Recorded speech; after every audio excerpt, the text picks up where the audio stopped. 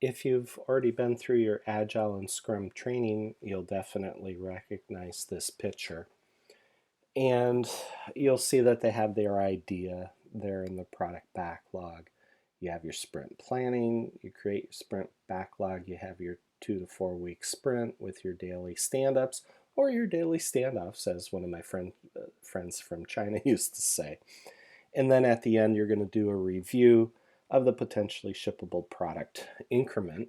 And then you'll do a retrospective after that, hopefully. And from that retrospective, hopefully you're double checking against the sprint goals to make sure that you're one step closer. And so for me, one of the things that's absent from this picture is, where's vision? Okay, yeah, you could sort of argue it's there in the light bulb with the idea. I actually take the light bulb out in the next picture and call it out specifically as the vision. Okay, and so we're going to be talking about this at length now for each of these main events or rituals and artifacts that we're creating along the way.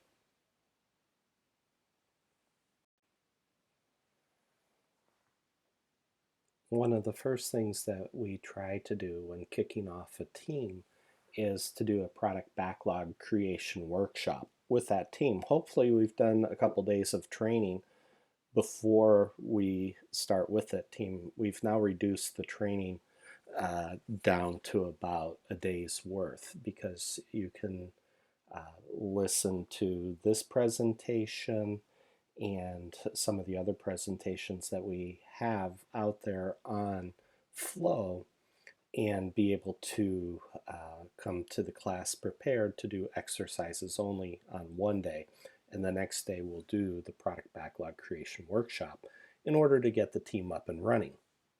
Now, so in this first section for the product backlog, and as we said on the other slide, further in, as we get further in here, we'll talk about this, that the product backlog should encompass the entire vision of your product. If it doesn't, then you don't have a complete backlog. And so your vision and your strategies, everything should be in there in the backlog. It's part of your key definitions of the 4D model. This is D1, you're defining by creating the product backlog. And what's really important about this is everybody puts it in according to their own lens that they see the world through. So you got a product owner here looking at this with the sunglasses and cool goatee going, yeah, this is a golden diamond. And the Scrum Master goes, is that a blue ruby that's in a triangle shape? And the developer's going, is that a round emerald? And so they'll put those into the backlog. And this is really important for getting the vision distilled and defined and into the backlog, so that you can move from concept and abstract down to a tangible, concrete product, service, or result. And so it's really important to understand that you got to get your product backlog right. It needs to be prioritized by value. And if you use some other prioritization, you might want to think about that. I've tried just about every one that's out there, and I still come back to what's the most valuable things to get done. We talk about this in both the Flow Certified Professional training series and also in the Transformation series about when the teams actually hit the distillation point as they're working together as a team. Once you've got the team up and running and you've got a product backlog created, then the team is going to get together and start to distill. And distillation is one of the few things that can stop groupthink. If you're experiencing teams that have slipped into groupthink, it's because they're not going through distillation. And distillation is just like it sounds. It's a pressure cooker where people come together, they have a safe environment, and They compassionately talk about what it is that they're trying to co-develop. And so over time, we saw that suddenly the product owner goes, well, maybe it's purple. And everybody goes, okay, it's purple. But is it a diamond, a triangle, or a circle? And as they discussed this and distilled the concept, they came out and said, oh, it's a purple star. Okay. So doing the sprint planning is distilling, creating the agreement of, from the product backlog, what is it that we're actually going to do for the next 2 weeks? We're going to create a sprint backlog via this planning. We're going to create the goal and vision for the sprint. Now, when a team has created a product backlog in the workshop, about 2 or 3 sprints in, suddenly they start looking at the backlog and they start looking at their sprint goals and they start going, what is it that we actually have to do in order to succeed? And I've seen many teams on many occasions suddenly move all the post-it notes back into the backlog, sit down and have a mini product backlog workshop right on the spot and start writing down, hey, here's what we need to get done in the next 2 weeks to deliver that goal and objective for the sprint, which gets us one step closer to that vision and mission that we're supposed to deliver. When that happens, then you're getting true distillation. And so these pictures at the bottom I borrowed from the Agile Warrior series. It's from about 10, 12, 13 years ago. And I still like the concepts and ideas because it really reflects exactly what we're trying to do with distillation. And you'll notice that we moved from vision and strategy to people and tasks, okay? And so now we've got the right people, we've got the team. What is it that we have to do? What is it that we have to deliver? We're going to distill the plan for the sprint and create the sprint product backlog that we're going to work with for the next 2 weeks.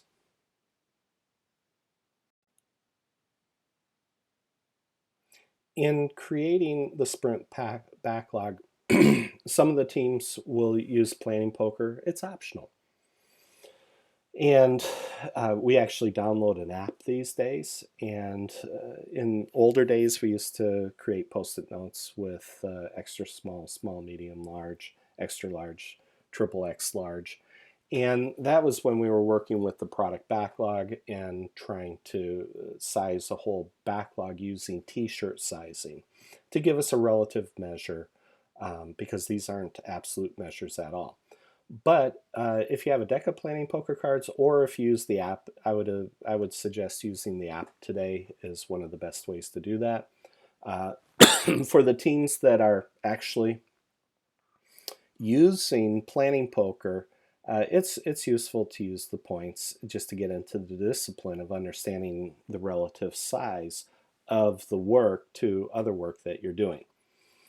Eventually, you'll get to the point where you can start looking at if the team has gotten to the point where they can actually consistently break down their work to bite-sized chunks that are consistent. You can almost do away with points and just do it based on product backlog items and create the charts from there. I had a team test this a couple years ago, a few years back, with some really talented AI team members, artificial intelligence, and they were able to do the points. And then we started doing in parallel, showing them the curves of the burn-up charts based on just doing the burn-up charts based on the number of user stories that they were doing each sprint. And the curves were nearly identical. The teams didn't believe me that that was going to be the case. But after a couple sprints, they came back and they said, you're absolutely correct. And so at that point in time, because the team was able to break down the chunks of work down to small enough sizes that were consistent in size, they were able to eventually get rid of doing points, which saved the team a ton of money. Okay? So you have to balance the overhead of doing an activity versus the time savings. Remember, we need to maximize the amount of work not done. So if your team is to a maturity level and to a level where they don't need to be doing the points anymore, get rid of them. Because in the end, the curves are going to be almost exactly identical if you're just burning up number of stories completed versus actually applying some points to that. The curves will be nearly identical. Once you've distilled agreement during the sprint planning and creating the sprint backlog, then it's time to deliver. And even within the sprint, you'll notice that you have the 4D model at play or in play during the sprint itself, where you can have define, distill, deliver, and drive. Because even during the sprint, the team can be working on their product backlog items and suddenly they go, oh, we forgot something. And so then the Scrum Master and the product owner have some choices to make, and we won't go into that here. But typically it's between the define, distill, and deliver portion. In between the deliver and drive portion, almost without exception, you're going to have a little hiccup where somebody says, oh, by the way. And so when that happens, you're experiencing the 4D model in real life. But hopefully, if you've done the first two parts correctly, the definitions part and the distillation part, and you've distilled agreement, then as you see at the bottom of the screen here, you've got the product owner, the Scrum Master, and the developers all going, we're delivering a purple star.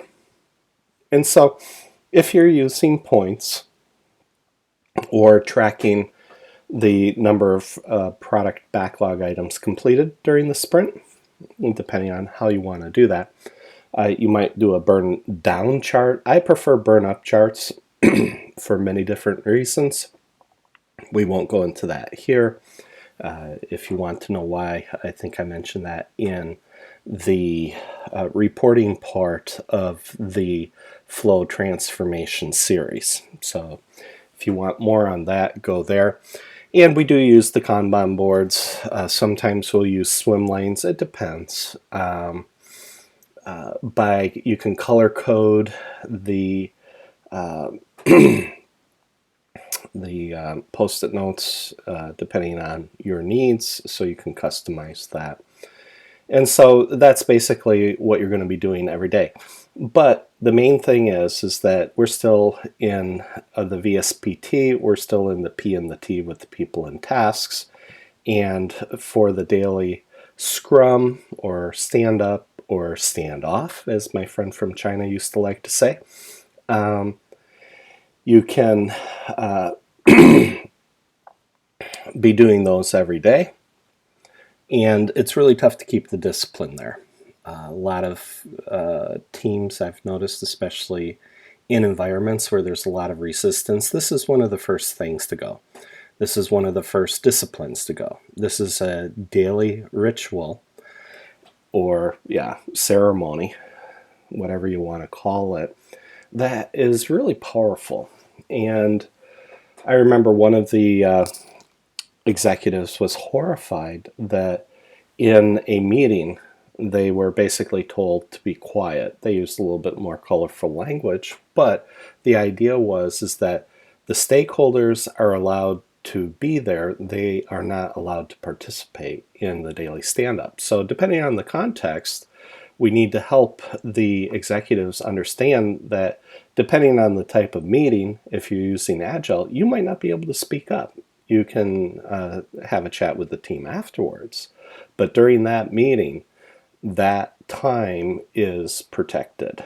So we're continuing to go through the Scrum process, and we're overlaying the leadership framework with that to help keep the team on target, on focus, so that they can focus and deliver.